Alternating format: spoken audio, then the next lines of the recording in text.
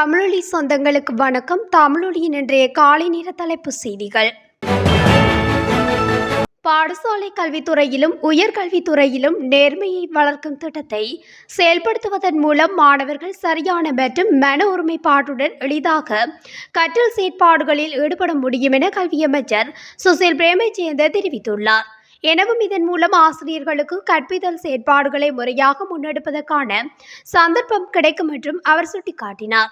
நேற்று கழனி நாகானந்தா பௌத்த கற்கைகள் நிர்வாக வளாகத்தில் நடைபெற்ற உலக வார மாநாட்டில் கலந்து கொண்டு உரையாற்றும் போதே அமைச்சர் இதனை குறிப்பிட்டுள்ளார். இலங்கை பாதுகாப்பு அமைச்சினால் பிரகடனப்படுத்தப்பட்ட பொது மன்னிப்பு காலத்தின் போது இராணுவத்தில் இருந்து வெளியேறிய சுமார் 10,000 இராணுவத்தினர் மே 4ஆம் தேதி வரை சட்டப்பூர்வ விடுதலையை பெற்றுள்ளனர். இலங்கை இராணுவம் பாதுகாப்பு அமைச்சின் கட்டளையின் கீழ் ஏப்ரல் 20 முதல் பொது மன்னிப்பு காலத்தை அறிவித்துள்ளது. இதன்படி இராணுவத்தில் இல்லாத அனைத்து இராணுவத்தினரும் தங்கள் சேவையில் இருந்து உத்தியோகபூர்வ வெளியேற்றத்தை பெற அனுமதிக்கப்பட்டுள்ளனர். 2024ஆம் ஆண்டு ஏப்ரல் 20 முதல் மே 20 வரை ஒரு மாத காலத்திற்கு இந்த பொது மன்னிப்பு நடைமுறையில் உள்ளது. இந்த காலகட்டத்தில் இராணுவத்தில் இல்லாதவர்கள் அந்தந்த கட்டளை மையங்களுடன் ஒருங்கிணைந்து இராணுவத்தில் இருந்து சட்டப்பூர்வமாக வெளியேற வாய்ப்பு வழங்கப்பட்டுள்ளது. தனியார் பத்திர பதிவுதாரர்கள் மற்றும் இலங்கை அரசாங்கத்தின் கடன் மறுசீரமைப்பு முன்மொழிவுகளுக்கிடையே குறிப்பிடத்தக்க வேறுபாடு இல்லை என பொருளாதார ஆய்வாளர் ஒருவர் தெரிவித்துள்ளார். நாட்டின் மொத்த கடனில் சுமார் 12 பில்லியன் அமெரிக்க டாலர்களை இந்த தனியார் பத்திரதாரர்கள் பிரதிநிதித்துவப்படுத்துகின்றனர். 16 ஏப்ரல் 2024 அன்று இலங்கை அரசாங்கம் தனியார் பத்திரதாரர்களுடனான நாட்டின் கடன் மறுசீரமைப்பு செயல்முறையில் உடன்பாடு ஏற்படவில்லை என்று அறிவித்திருந்தது. இதனையே வட்டியின் மேல் வட்டி என்கின்றோம். எனவே தனியார் பங்கு பத்திரதாரர்கள் எங்களை விரட்டி அடிக்கிறார்கள் என சுட்டிக்காட்டியுள்ளார். மெரிகம கடவத்தை அதிவேக நெடுஞ்சாலையில் பகுதியளவில் நிர்மாணிக்கப்பட்ட பகுதியொன்றின் தூணொன்று இடித்து வீழ்ந்துள்ளது. 35 மீட்டர் நீளமான கான்கிரீட் தூணொன்று இவ்வாறு சரிந்து வீழ்ந்துள்ளதாக வீதி அபிவிருத்தி அதிகார சபை தெரிவித்துள்ளது. அதேபோல இன்னும் 2 தூண்கள் இடிந்து விழும் அபாயத்தில் இருப்பதாகவும் கூறப்படுகிறது. 2021ஆம் ஆண்டு இந்த பகுதியில் கான்கிரீட் தூண்கள் அமைக்கும் பணிகள் நிறைவடைந்துள்ளன. இந்நிலையில் சரிந்து விழுந்ததற்கான காரணம் இதுவரை கண்டறியப்படவில்லை எனவும் தெரிவிக்கப்பட்டுள்ளது. மேலும் தற்போதுள்ள அபாயத்தை கருத்தில் கொண்டு வீதியின் 17 கிலோமீட்டரை அண்டிய பகுதியில் உள்ள அனைத்து தூண்களின் தரமும் பரிசோதிக்கப்பட உள்ளன. எனவே இது தொடர்பில் உரிய அதிகாரிகளுக்கு அறிவிக்கப்படும் என வீதி அபிவிருத்தி அதிகார சபை தெரிவித்துள்ளது. கொழும்பில் இடைநிறுத்தப்பட்டுள்ள இலகு தொடருந்து போக்குவரத்து திட்டத்தை மீண்டும் ஆரம்பிக்க திட்டமிட்டுள்ளதாக இலங்கையின் வெளியுறவு அமைச்சர் அலி சப்ரி தெரிவித்துள்ளார். ஜப்பானிய வெளியுறவு அமைச்சரை நேற்று கொழும்பில் சந்தித்த பின்னரே அவர் இதனை குறிப்பிட்டுள்ளார். முன்னதாக 2023ஆம் ஆண்டு ஜூலையில் இலங்கையின் அமைச்சரவை இலகு தொடருந்து போக்குவரத்து திட்டம் தொடர்பில் கொழும்பில் உள்ள ஜப்பானிய தூதரகத்துடன் ஒப்பந்தம் செய்து கொள்வதற்கான கால வரையறையை முடிவு செய்ய தீர்மானித்திருந்தது. அத்துடன் இது தொடர்பான நிபுணர் குழுவின் அறிக்கையும் கோரப்பட்டுள்ளது. இந்த நிலையில் நேற்று அமைச்சர் சப்ரி இலங்கை அரசாங்கத்தின் கருத்தை வெளியிட்டுள்ளார். எனினும் ஜப்பானிய ஜென் கடன்களை மறுசீரமைத்த பின்னரே அபிவிருத்தி கடன்கள் வழங்கப்படும் என்று ஜப்பானிய வெளியுறவு அமைச்சர் குறிப்பிட்டுள்ளார். வாகன இறக்குமதிக்கான அனுமதியை பெறுவதற்கு 60 வயதை பூர்த்தி செய்து ஓய்வு பெற்ற அரசு மற்றும் நீதித்துறை உயர் அதிகாரிகளும் தகுதியுடையவர்கள் என அறிவிக்கப்பட்டுள்ளது. இது தொடர்பில் பொது நிர்வாகம், உள்நாட்டு அலுவல்கள், மாகாண சபைகள் மற்றும் உள்ளூராட்சி அமைச்சு விடுத்துள்ள அறிக்கையில் தெரிவிக்கப்பட்டுள்ளது.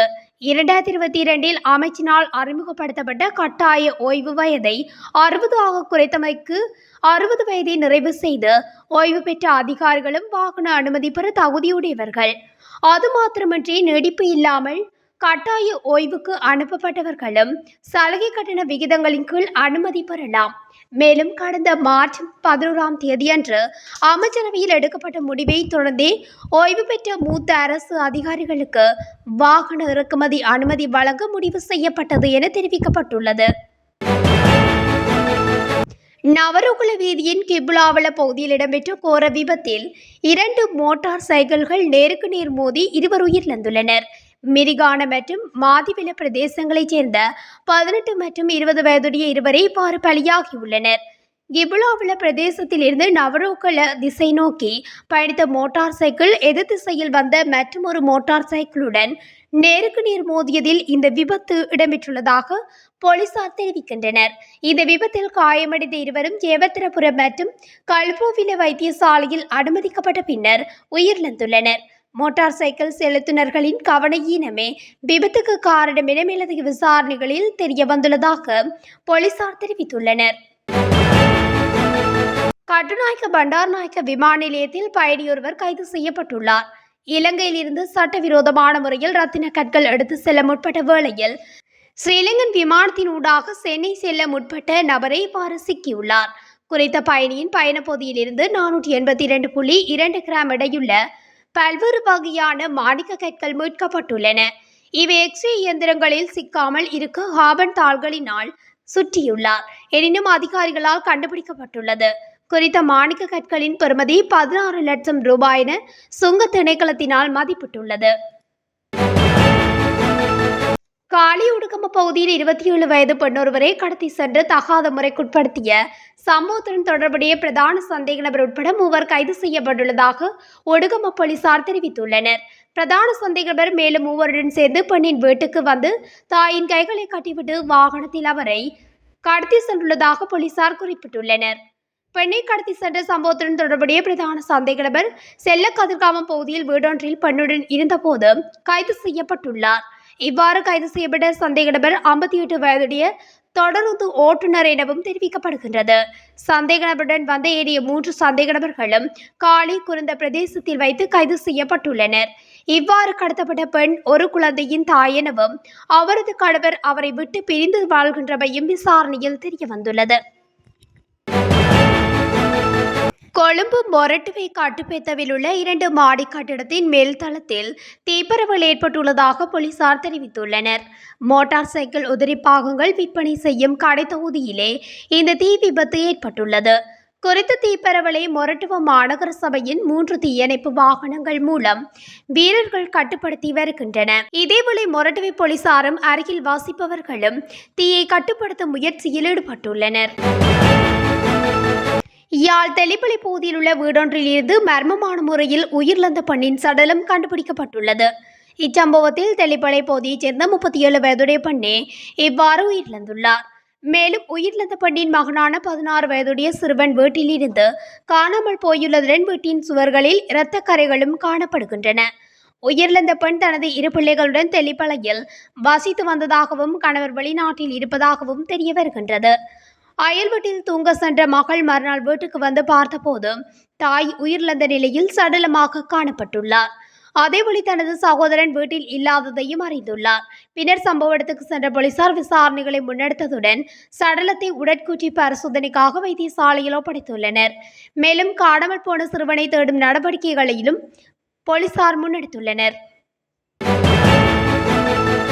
நீரிழிவு, புற்றுநோய் மற்றும் இருதய நோய்கள் உள்ளிட்ட பல நோய்களுக்கு தேவையான மருந்துகள் மற்றும் மருத்துவ உபகரணங்களுக்கு தட்டுப்பாடு காணப்படுவதாக அரச மருந்தாளர்கள் சங்கம் தெரிவித்துள்ளது. இதனால் நோயாளர்கள் பல பிரச்சினைகளை எதிர்கொள்ள வேண்டியுள்ளதாக அரச மருந்தாளர்கள் சங்கத்தின் தலைவர் துஷார ரணதேவ தெரிவித்துள்ளார். இந்நிலையில் குறித்த பிரச்சினை தொடர்பாக சுகாதார அமைச்சின் மருந்து விநியோக பிரிவின் பிரதி பணிப்பாளர் நாயகம் ஜி விஜயசூரிய தனது கருத்தை தெரிவித்துள்ளார். இலங்கையில் உள்ள வைத்தியசாலைகளில் இதுவரையில் 20 வீதமான மருந்துகளுக்கு தட்டுப்பாடு நிலவுவதாக அவர் சுட்டிக்காட்டியுள்ளார். ஸ்ரீலங்கா நாடாளுமன்ற கட்டிடத்தை புனரமைப்பதற்கு தேவையான அனைத்து நடவடிக்கைகளும் முன்னெடுக்கப்பட்டுள்ளதாக நிதி ராஜாங்க அமைச்சர் ரஞ்சித் சியாமலப்பட்டிய தெரிவித்துள்ளார். நாடாளுமன்ற கட்டிடம் சேதமடைந்துள்ளதாக வெளியான செய்திகள் தொடர்பில் ஊடகங்களுக்கு கருத்து தெரிவிக்கும் போதே அவர் இதனை குறிப்பிட்டுள்ளார். இந்த விடயம் தொடர்பில் அரசாங்கம் கவனம் செலுத்தியுள்ளதாகவும் இதன் அடிப்படையில் உரிய நடவடிக்கைகள் எடுக்கப்படும் எனவும் அவர் குறிப்பிட்டுள்ளார். நாடாளுமன்ற கட்டிடத்தின் சில பகுதிகள் சேதமடைந்துள்ளதாகவும் குறித்த கட்டிடம் கைவிடப்பட்ட நிலையில் காணப்படுவதாகவும் அண்மைய நாட்களில் செய்திகள் வெளியாகியிருந்தன. இந்த நிலையில் 40 ஆண்டுகால பழமையான கட்டிடம் சேதமடைவது ஆச்சரியத்துக்குரிய விடயமல்ல என ரஞ்சித் சியாமலப்பட்டிய தெரிவித்துள்ளார். எனினும் தற்போது நாடாளுமன்ற கட்டிடத்தை புனரமைப்பது தொடர்பில் அரசாங்கமும் நாடாளுமன்றமும் கவனம் செலுத்தியுள்ளதாக அவர் குறிப்பிட்டுள்ளார். இத்துடன் தமிழொலியின் இன்றைய காலை நேர தலைப்பு செய்திகள் நிறைவடைகின்றன. தொடர்ந்து செய்திகளை அறிந்து கொள்ள தமிழொலி ஊடகத்துடன் இணைந்திருங்கள். நன்றி.